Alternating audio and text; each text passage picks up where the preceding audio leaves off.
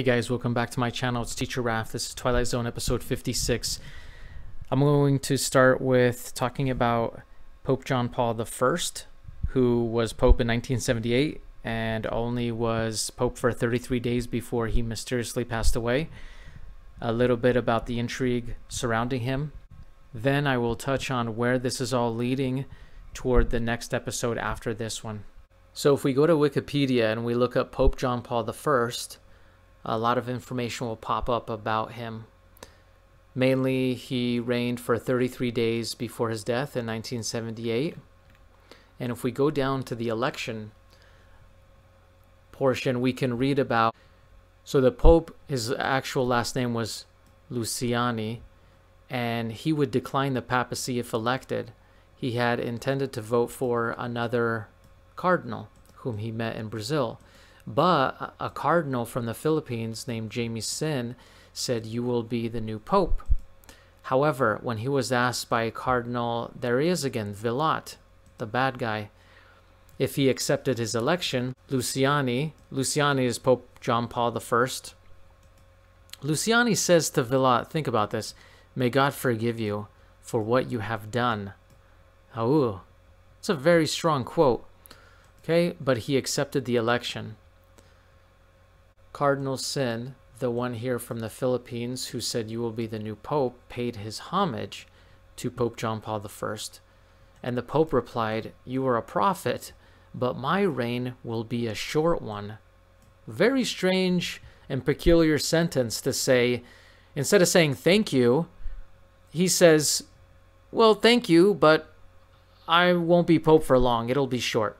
So it leads me to believe that when Luciani, Pope John Paul I, met with Sister Lucia, or Lucy, back in, I believe, in 77, a year prior, even before then, he talked to her about all kinds of things about the church, and perhaps she related the visions from Fatima to him, or maybe she didn't. It's hard to say. But the secretary who worked with the Pope, before he was a Pope, he was a cardinal, said that Lucy was in contact with the Pope for many years before he became a Pope, and they talked about the church and so forth. Basically, they talked about the bureaucracy of the church. And what was really striking was that he had a lot of people ask him about the conversations he would have with her because they were so intrigued. And he would say that nuns are blessed women and that they never go out, but yet they never miss a thing. And they know the problems of the church better than us, meaning better than the cardinals, better than the people inside the church. Observers have suggested that his selection was a compromise to satisfy rumored divisions among seemingly rival camps within the College of Cardinals, meaning that he didn't really want to be Pope. He said that he was going to turn it down and he was going to vote for some other person. But a lot of cardinals were trying to persuade him. Well, they weren't trying, they were persuading him. So let's see what we have here. Conservatives and Curalists. Curalists are the people closest to the Pope in his inner circle, supporting the highly regarded Cardinal Giuseppe Siri, who favored a more conservative interpretation or even reversal of controversial ideas being promoted as in the spirit of Vatican II, but which had actually never been discussed at the recent Pastoral Council. Okay, so they didn't like Vatican II, the conservative people. They want to reverse all of the amendments, right? Here we go further. Those who favored a more liberal interpretation of Vatican II's reforms, along with some Italian cardinals who supported Cardinal Benelli. There's Benelli again, remember? He was the bad guy, who had created some opposition due to alleged autocratic tendencies. So we know that Benelli wanted the reforms of Vatican II, and the conservatives did not. And Vatican II was about reforms according to how they would do Mass. So between 1570 and 1962, the Mass was conducted in the Latin language. In fact, the priest didn't even face the congregation. He faced the altar for all of those centuries. And then suddenly in Vatican II, the clergy decided instead of speaking in Latin, he would speak in the language of the country he was in. So Italian or English or what have you. Now this was in effect against the policy of the Catholic Church for many centuries. So the conservatives were naturally against it. But the other people, the other cardinals, the liberal ones, wanted this change. And Pope John Paul I, who was the Pope who died after 33 days, he didn't necessarily like new changes. He was a traditionalist, and that is recognized by some of the writings that he had sent when he was cardinal, because he was only Pope for 33 days. He quickly made several decisions that would humanize the office of Pope. He was the first modern Pope to speak in the singular form using I instead of the royal we, though the official records of his speeches were often rewritten in more formal style by aides, who reinstated the royal we in press releases. So he wanted to change all of this royal huff and puff, right? But they weren't allowing him to do that. Even though when he would give a speech, he might say it differently. When they wrote the speech out and sent it to the newspapers or whatnot, they changed his words. He initially refused to use the sedea gestatoria. Basically, this is a huge throne that he sits on, and then like 12 people lift it up while they're walking like in a procession. This was the tradition for many centuries, but he thought that that was too high and mighty and that he shouldn't be doing that. But of course, the aides and everyone surrounding him disagreed and forced him to do it anyway.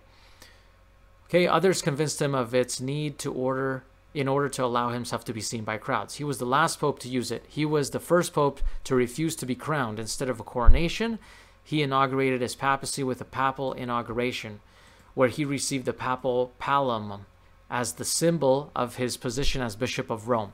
So he just wanted the ceremony to be less bombastic. So John Paul I, he was against Marxism and communism, and so he made them an enemy because he said that that was a weapon to disobey the Christian faith. So he made enemy. If we look at the interpretation of Vatican II, Luciani, the Pope, had attended all sessions of the Second Vatican Council while he was the bishop, okay? He hoped that the council would highlight Christian optimism in terms of Christ's teachings against the culture of relativism. He denounced the fundamental ignorance of the basic elements of the faith. You might think, what is he talking about? In basic terms, he wanted to have the church be traditional. It was this point that he wished to focus on, as opposed to secularism around the world. He says, in terms of global interpretation of the council, Luciani wrote, the Pope, physiognomy and structure of the Catholic Church have been determined once and for all by the Lord and cannot be touched. If anything, superstructures can. Things that have not been determined by Christ but were introduced by popes or councils or the faithful can be changed or eliminated today or tomorrow. Yesterday, they might have introduced a certain number of dioceses, a certain way to lead missions, to educate priests. They might have chosen to follow certain cultural trends. Well, this can be changed in one way. The church that comes out of the council is still the same as it was yesterday, but renewed. No one can ever say we have a new church, different from what it was. So he's saying certain things can be altered, but other things cannot be altered because it changes the entire church if they are altered. So Vatican II sort of started to alter certain things that he believed should not be altered. He was said to have a good personality, be a great speaker, and he wrote a book when he was a cardinal. He had a good relationship with the press, but he was never a diplomat or a member of the Curial, meaning that he wasn't that close to other popes as others would be, and he wasn't in a role that would give him power previously. And because of that, many cardinals didn't like that. They didn't like that he didn't come from a place of power. So therefore, they didn't look at him as a person of equal or equality to them. So they created a campaign of whispers, meaning rumors, and they would make fun of him, and they would insult him behind his back and make things up. John Paul I adopted as motto the Latin word humilitas, humility. He impressed the world with his natural friendliness. Now here is where it gets really interesting. So 33 days into his papacy, he passes away, found in his bed reading material and a bedside lamp still lit. He probably suffered a heart attack, Probably. That's an interesting word. Probably. Probably? Go down here and we read about some of the speculations surrounding his passing. We'll be able to see all kinds of interesting things.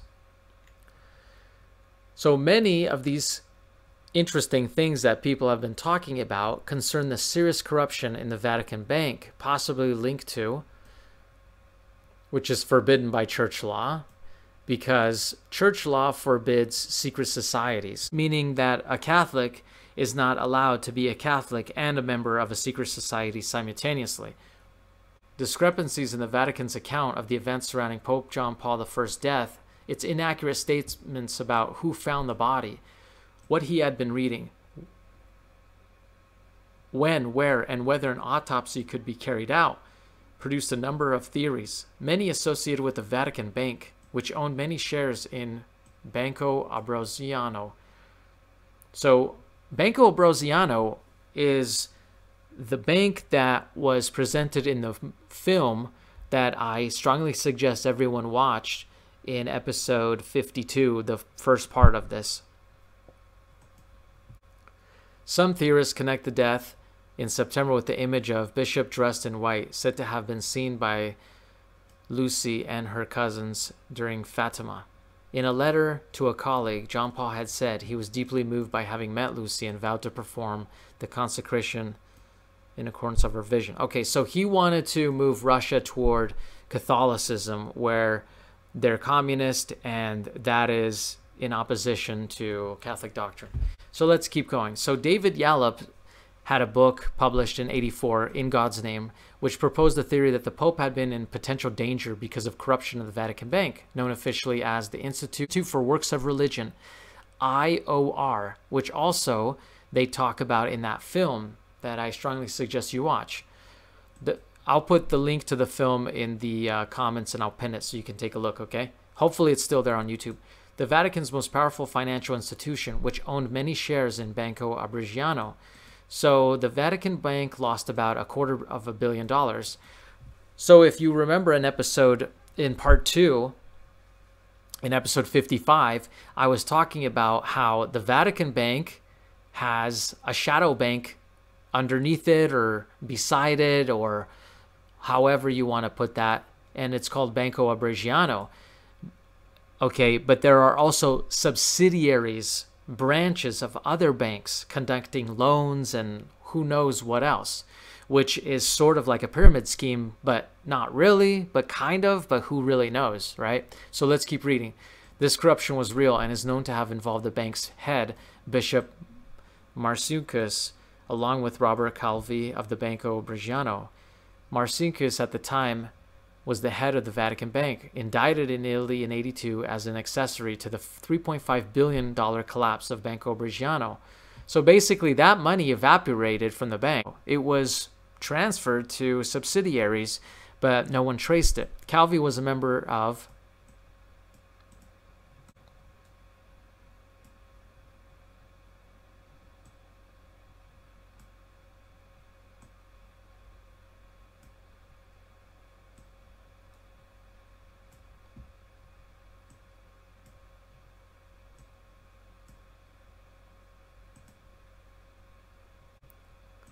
Upon publication of his book, Yallop agreed to donate every penny he made from sales to a charity of the Vatican's choice if they agreed to investigate his central claim that when the body of the Pope was discovered, his contorted hand gripped a piece of paper that was later destroyed because it named high-ranking members of the Curia who were and others who had a role in numerous corruption scandals and the laundering of. One of the names believed to be on the paper was that of Bishop Marcinkus, who's actually in that film I keep suggesting you watch, who was later promoted. Pro-President of the Vatican City. Third most powerful person in the Vatican. So, as you see, popes come and go, but the people around them seems like they just stay in their position and carry on. None of the Yallops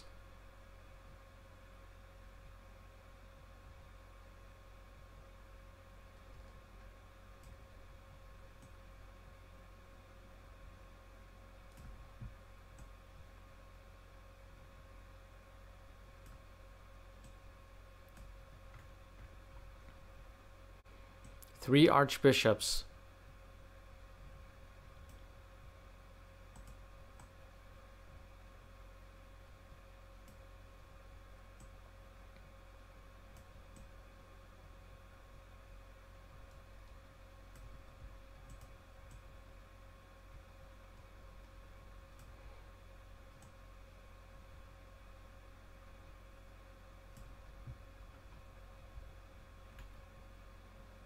Now, John Cornwell, in his book A Thief in the Night, British historian and journalist, examines and challenges Yallop's points of suspicion.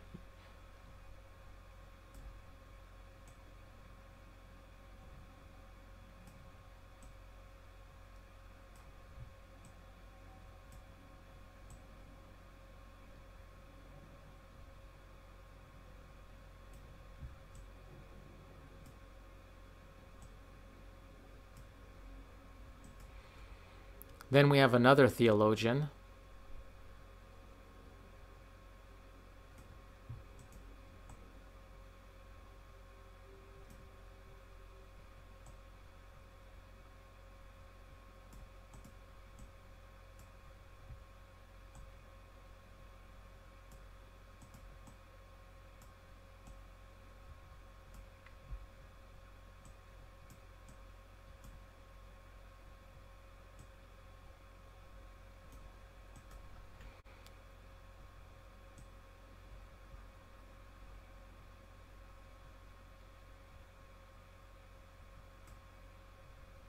Here's the important part.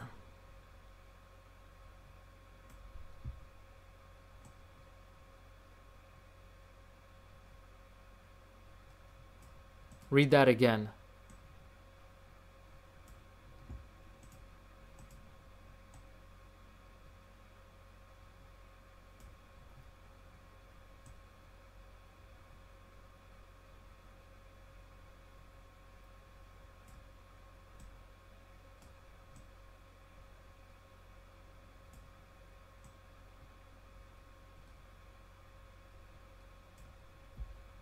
Do we recognize that name? Right here.